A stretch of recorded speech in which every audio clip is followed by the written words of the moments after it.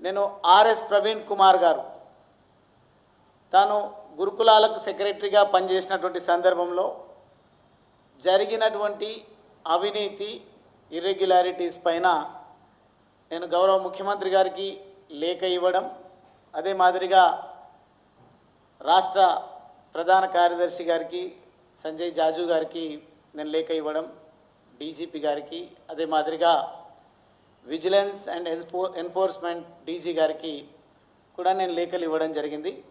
పూర్తి స్థాయి సమగ్రమైన విచారణ తాను 10-12 సంవత్సరాల పాటు నిర్వహించినటువంటి శాఖ ఏదైతే గురుకులాల సొసైటీలో జరిగినటువంటి దుర్మార్గాలు అక్రమాలపైన చర్చ జరుగుతూ ఉంది.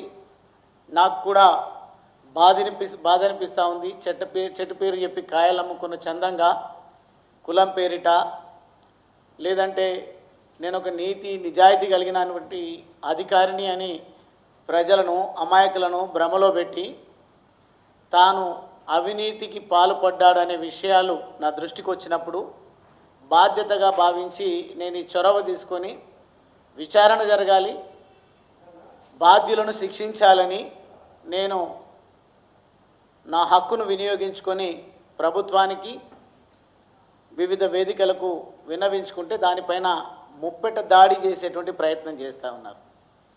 మొదటగా బీఆర్ఎస్ పార్టీ గుర్తుపెట్టుకోవాల్సినటువంటి అవసరం ఉంది. గువ్వల బాలరాజు ఏందో మీ అందరికీ బాగా తెలుసు. ప్రత్యక్షంగా మీరు నన్ను చూసిండ్రు దాదాపుగా 18, 19, 20 సంవత్సరాల పాటు. ఈ సంవత్సర కాలంగా కూడా మీరు అన్ని విషయాలు గమనిస్తూ ఉన్నారు, చింతిస్తూ ఉన్నారు, లోపల మదన పడుతూ ఉన్నారు. అనవసరంగా వదిలిపెట్టుకున్నామని మీరే పలు సందర్భాల్లో నా పేరు ప్రస్తావనకు వచ్చినప్పుడల్లా మీరు మాట్లాడినటువంటి విషయాలు మీకు నాకు కామన్ ఫ్రెండ్స్ ద్వారాలో లేదంటే నాయకులు కార్యకర్తల ద్వారానో తెలుస్తూనే ఉంది. కానీ అన్నీ తెలిసినా నాతో గోక్కునేటువంటి ప్రయత్నం చేస్తూ ఉంది బీఆర్ఎస్ పార్టీ. ఇది మానుకోవాలి. అందులో భాగమే ఈ రెచ్చిపోతూ ఉన్నాడు ఆర్ఎస్ ప్రవీణ్ కుమార్. తాను బయట ఏం మాట్లాడట్లేదు, ఎక్కువ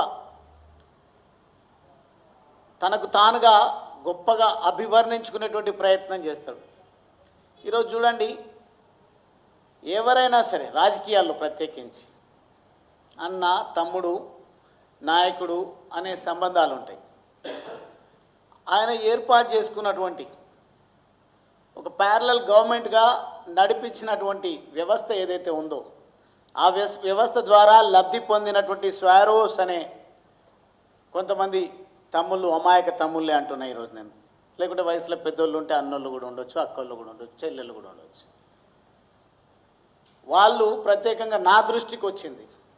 ఆయన పోలీస్ ఆఫీసర్ కాబట్టి గతంలో ఏమున్నా కానీ ఏదైనా ఉంటే నేనే అపాయింట్మెంట్ ఇప్పిస్తా, నేనే ఫోరెన్సిక్ ల్యాబొరేటరీస్లకు మిమ్మల్ని పంపిస్తా, దగ్గరుండి అన్ని మీకు అనుమతి ఇప్పిస్తా, నాకు తెలిసినంతగా ఈ దునియాలో ఆ వ్యవస్థలు ఎట్లా నడుస్తాయో ఎవరికి తెలియదు అన్నట్టుగా మాట్లాడుతూ తాను స్వారో నెట్వర్క్ విషయంలో వాళ్ళకున్నటువంటి నిజంగా ఈరోజు పరిగెలాగా కూడా మిగలలేరు తనను నమ్ముకొని మోసపోయినటువంటి వాళ్ళు.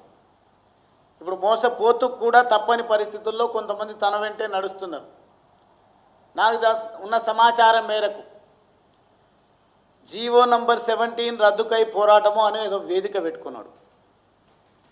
ఆ వేదికలో ఒక గ్రూపులో నా గురించి విస్తృతంగా చర్చ పెడతా ఉన్నాడు. వారు వల్గర్గా మాట్లాడేటువంటి మాటలు, వారు చేస్తున్నటువంటి డిస్కషన్స్ వాళ్ళ గ్రూప్లో ఈయనకు పంపిస్తే ఆర్ఎస్ ప్రవీణ్ కుమార్ గారికి డన్ అని అనేసి ఒక ఏదో రెస్పాండ్ అవుతాడు. కొనసాగించండి అని అంటాడు, మొదలు పెట్టండి దాడులు అని అంటారు.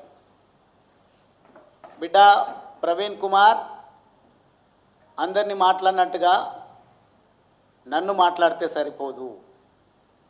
నీ అటువంటి పనికి రాని డాగులేసే గూండాలను, రౌడీలను, వెధవలను చాలామందిని చూసిండు గువ్వల బాలరాజ్. ఏదో పనికిరాని వెధవలతోన నన్ను భయభ్రాంతులకు గురి చేసే విధంగా ముట్టడి చేస్తాం, లేకుంటే తిరగనీయం, లేదంటే పనికిరాని ముఖ్యమంత్రి మాట్లాడినటువంటి భాషలో మీరు తొండలెక్కిస్తాం అంటే చూస్తూ ఊరుకోవడానికి సిద్ధంగా లేము. నీకన్నా SC ST atrocity case section నీకు వర్తిస్తుందో ఉపయోగపడుతుందో లేదో, నేనే గనక నా చట్టాన్ని, నా తెలివితేటలను, నా బలగాన్ని గనక ఉపయోగిస్తే నువ్వు సమాజంలో తిరగలేవు, గుర్తుపెట్టుకో.